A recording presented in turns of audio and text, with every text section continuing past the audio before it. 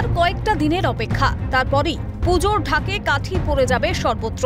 প্রতি বছরই উৎসবের মরশুমে বাজারে নিত্য প্রয়োজনীয় সামগ্রীর দাম চড়া থাকে। এমন পরিস্থিতির মধ্যেই এবারে রাজ্য জুড়ে আগামী 11ই সেপ্টেম্বর থেকে 13ই সেপ্টেম্বর পর্যন্ত টানা 72 ঘন্টার ধর্মঘটের ডাক দিয়েছে ট্রাক মালিকদের সংগঠন federation of West Bengal truck operators association. ধর্মঘট হলে গোটা রাজ্য জুড়েই পণ্য পরিবহনের সংকট তৈরি হবে, যার ফলে মূল্য বৃদ্ধি করতে পারে মাছ, সবজি সহ বিভিন্ন পণ্যে। মূলত 7টি অভিযোগ এবং দাবি তোলা হয়েছে ট্রাক মালিকদের তরফে। তাদের অভিযোগ, পুলিশ এবং পরিবহন দপ্তর এবং ভূমি রাজস্ব দপ্তরের তরফে লাগাতার জুলুমবাজি চলছে। বিভিন্ন ক্ষেত্রে নিয়ম বহির্ভূতভাবে টাকা আদায় করা হচ্ছে। এছাড়াও বাংলাদেশে নতুন অন্তর্বর্তী সরকার গঠনের পর বাংলাদেশে যাওয়া পণ্যবাহী ট্রাকের চালকদের হেনস্থা করা হচ্ছে। Federation of West Bengal truck operator অ্যাসোসিয়েশনের ডাকে 7 দফার দাবির ভিত্তিতে আমাদের 72 ঘন্টা ট্রাক ধর্মঘট ডাকা হয়েছে 11, 12, 13।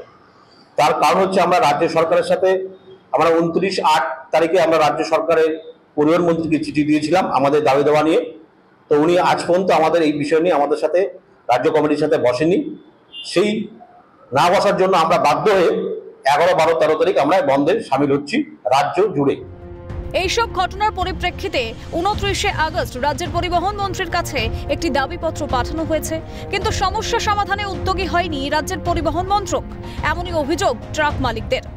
আমাদের রাজ্যের ট্রাক ব্যবসার যে অবস্থা, তাতে ট্রাকের কিস্তি চালানো তো দূরের কথা, নিজেদের সংসার চালানো অসুবিধা হয়ে গেছে এখন। এই জন্য আমাদের এই পদক্ষেপটা নেওয়া হয়েছে। এই আন্দোলন চলতে থাকবে, এই চাক্কা জাম আন্দোলন চলবে। যদি আমাদের এই 72 ঘন্টা বন্ধের পরেও সরকার কোনো পদক্ষেপ না নেয়, তাহলে পরে আমরা পরবর্তীতে আরো দীর্ঘতর আন্দোলনে যাব।